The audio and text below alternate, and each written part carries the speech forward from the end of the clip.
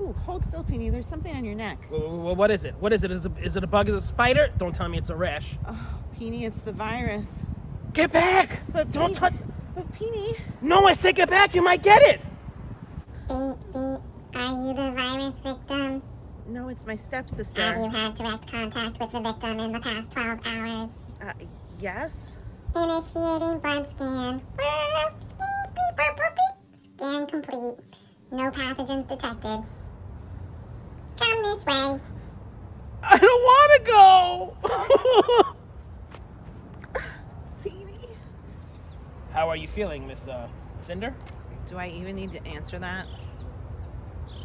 Well, your internal cyborg structures are, well, they're great, but your external, let's just say they don't compare. Well, that's why I'm here, because you need cyborgs for finding the cure for this plague. My stepmother volunteered me. Well, your volunteer participation is very appreciated by all of the Eastern Commonwealth. My stepmother volunteered me. I didn't volunteer. You shouldn't force me to do this. This won't hurt a bit. Hi, everybody. I'm Joe. And I'm Mary. And we're Book Buds. And today, Mary is going to tell us about Cinder by Marissa Meyer, the English version. Yes, because I had initially tried to read the Spanish version accidentally, and that was not fun. Right. I was thinking about that. Yeah, so I did go back and I downloaded the English version so I could finally read it.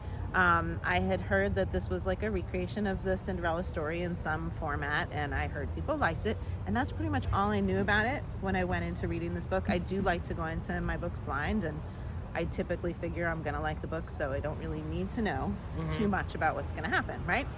So I start reading this book, and there's this, it's this girl in this futuristic setting, like where it's after World War IV, and she's a cyborg. And I was like, wait, a cyborg? I'm like, I'm supposed to be reading a Cinderella story. I'm really confused. Am I reading the right Cinder by Marissa Meyer? Like, I didn't think it was about cyborgs. So I had to stop and go and check Goodreads and read the description, because I was like, I don't want to read the wrong book after I'm trying to read the right book. You know? Like, it was not what I was expecting at all. It seemed a little cheesy, honestly. So Joe's going to read the description for us. Okay. Humans and androids crowd the raucous streets of New Beijing. A deadly plague ravages the population.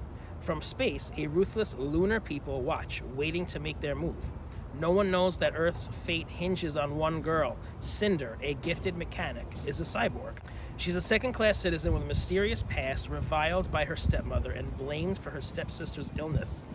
But when her life becomes intertwined with the handsome Prince Kai's, she suddenly finds herself at the center of an intergalactic struggle and a forbidden attraction.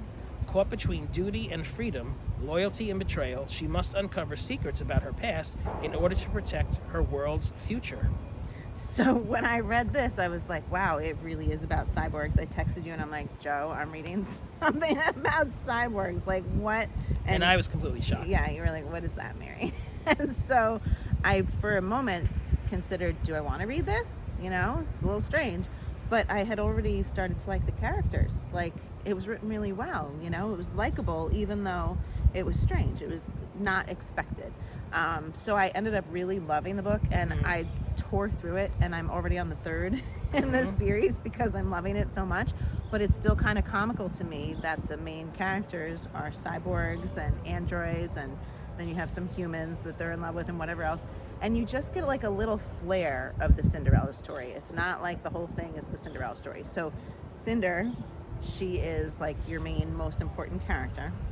And she does have a wicked stepmother who does not care about her at all. And you see in our scene that she volunteers her for plague research, which basically means she's probably going to die, like being exposed to the plague and whatnot. Her stepmother does not like her.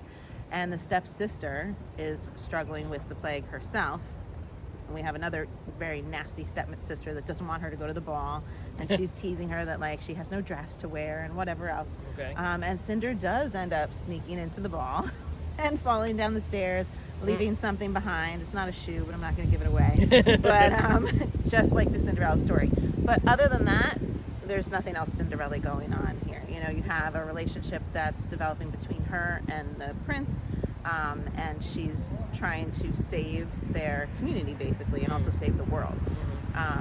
There's this bad virus. There's these bad people that come from the moon, who are very oppressive, and they can control people with their minds. They can just kind of pick up on the energy around you and manipulate you to act or say or whatever they would like. So they're from the moon.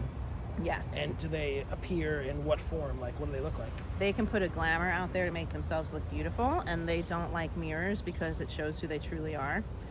They don't like things to be recorded and broadcasted, I think, because that also shows who they truly are. And so, like, the queen only wants to be seen for, like, this glamour that she puts on. She doesn't want anybody to see how ugly she is. She is ugly on the inside and the out. So lots develops in this book. There's so much action. There's so much, like, urgent need to address critical things going on. Very fast paced. The first book and the second book were only like 300 plus pages, so I really tore right through them. Yeah, that's good. The second book introduced Little Red Riding Hood and the Big Bad Wolf, and her grandmother is abducted and she has to go and try and save her grandmother.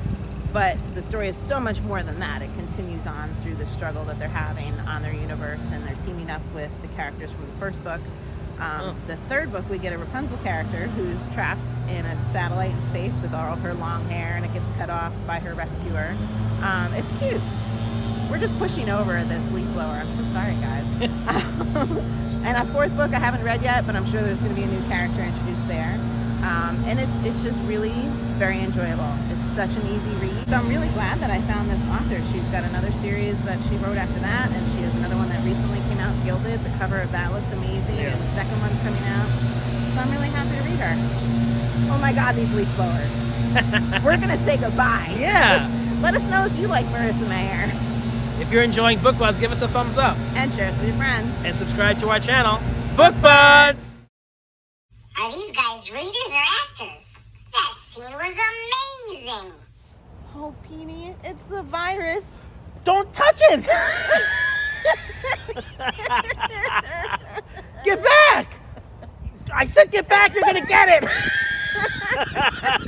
Peony. You might get sick! your face!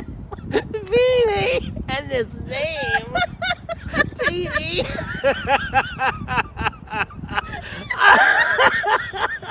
I can't even look at you.